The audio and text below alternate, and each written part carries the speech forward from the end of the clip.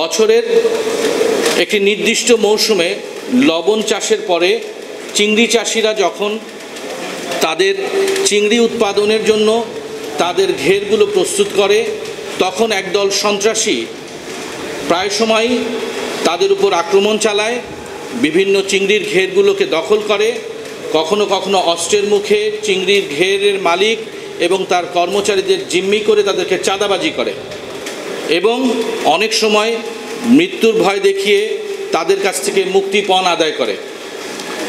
এরই ধারাবাহিকতায় আপনারা জানেন যে গত 19শে জুন চিরিঙ্গা ইউনিয়নের গোলাদিয়ার প্রায় 7টি ঘেরে সন্ত্রাসীরা অতর্কিতে হামলা চালায় এবং সেখানে শতাধিক রাউন্ড ফাঁকা বুলেট তারা ফায়ার করে এবং এলাকায় ত্রাসের রাজত্ব কায়েম করে। র্যাপিড অ্যাকশন ব্যাটালিয়ন র্যাব ফোর্সেসের সদর দপ্তরের গোয়েন্দা শাখা এবং র্যাব 15-র গোয়েন্দা দল এই সন্ত্রাসী কার্যক্রমের জন্য যারা জড়িত তাদের গ্রেফতারে সচেষ্ট হয় এবং আমরা আমাদের গোয়েন্দা তৎপরতা অব্যাহত রাখি।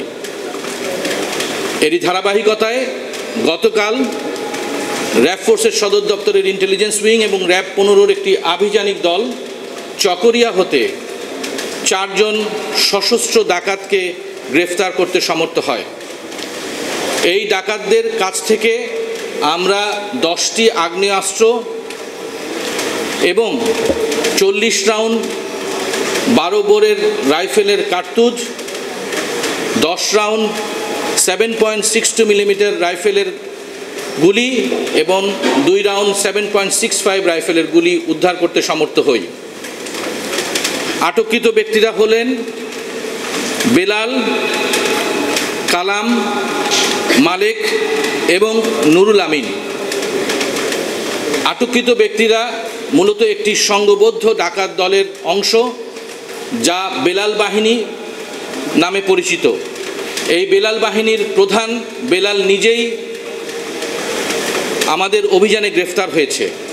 এই অভিযানে গ্রেপ্তারকৃত আর যে 2-3 জন সদস্য আছে তাদের মধ্যে কালাম এবং মালেক এই বেলালেরই আপন 3 সহোদর ভাই। তারা দীর্ঘদিন ধরে চকরিয়া এলাকায় বিভিন্ন মাছের ঘেরে